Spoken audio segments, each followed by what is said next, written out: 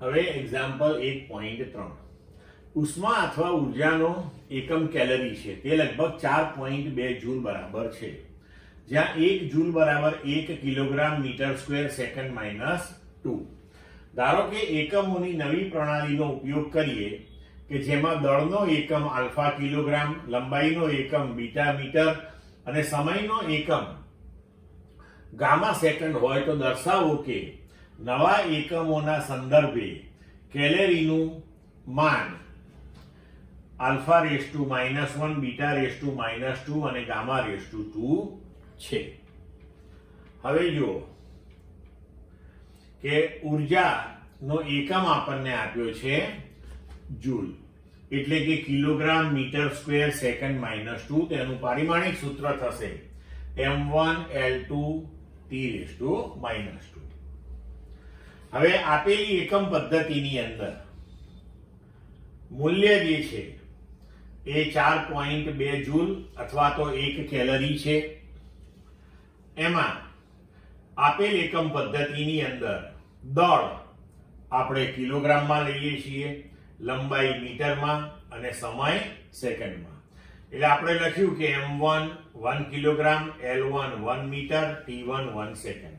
હવે નવી એકમ પદ્ધતિમાં મૂલ્ય શું આવશે તો એ ખબર નથી, જોઈશું આપણે.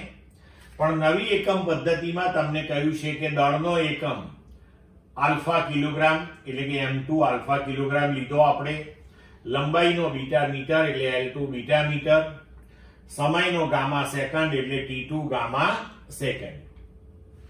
હવે ભૌતિક રાશિનું મૂલ્ય અને એકમનો ગુણાકાર જે છે એ જુદી જુદી એકમ પદ્ધતિઓ માટે સમાન હોય છે. એટલે કે જો આપણે n1 અને n2 મૂલ્ય લઈએ અને u1 અને u2 આપણે એકમ લઈએ તો n1 u1 બરાબર n2 u2 લખાય. જેમ કે આપણે 1 મીટર બરાબર 100 સેન્ટીમીટર આવું લખીએ છીએ તો એવું જ થયું કે 1 મીટર બરાબર 100 સેન્ટીમીટર. તો એવી જ વસ્તુ થઈ ગયા, બરોબર. હવે આપણે આગળ વધીએ. આપણી પાસે n1 u1 બરાબર n2 u2 છે. તો n1 u1 તો m1 race to a, L1 race to b, T1 race to c. બંને બાજુએ જે આપણા એકમો છે તેને આનુષંગિક પારિમાણિક સૂત્ર જો આપણે લખીએ તો પરિમાણો બંને બાજુએ સમાન થવાના છે. તો એના બરાબર n2 m2 race to a, L2 race to b, T2 race to c. હવે n2 આ નવી એકમ પદ્ધતિમાં આપણે મૂલ્ય શોધવાનું છે.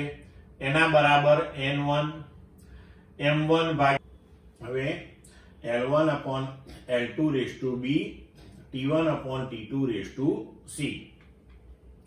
હવે n1 તો 4.2 એનું મૂલ્ય છે.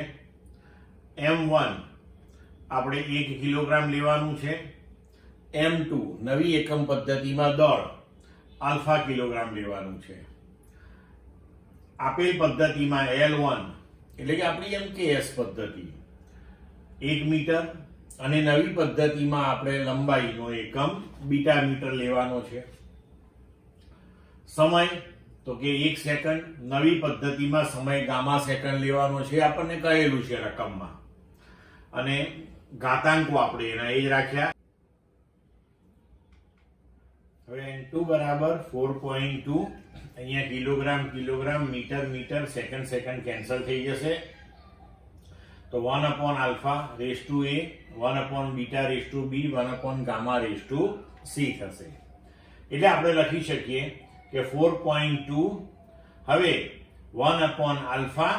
હવે અહીંયા ઘાતાંકો જે છે એ આપણે જે પારિમાણિક સૂત્ર તૈયાર કર્યું તેને આનુષંગિક 1, 2 અને -2 છે. એટલે કે દળનો ઘાતાંક આપણી પાસે 1 હતો, લંબાઈનો 2 હતો અને સમયનો -2 હતો.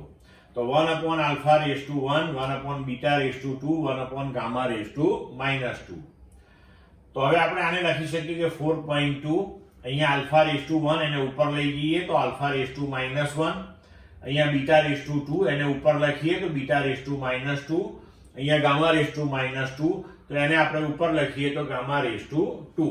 એટલે હવે આપણને પરિણામ મળ્યું 1 કેલરી બરાબર 4.2 જૂલ બરાબર 4.2 alpha raise two -1, beta raise two -2 અને ગામા રેસ ટુ 2. એ આપણો નવી એકમ પદ્ધતિમાં તૈયાર થયો. ક્લિયર?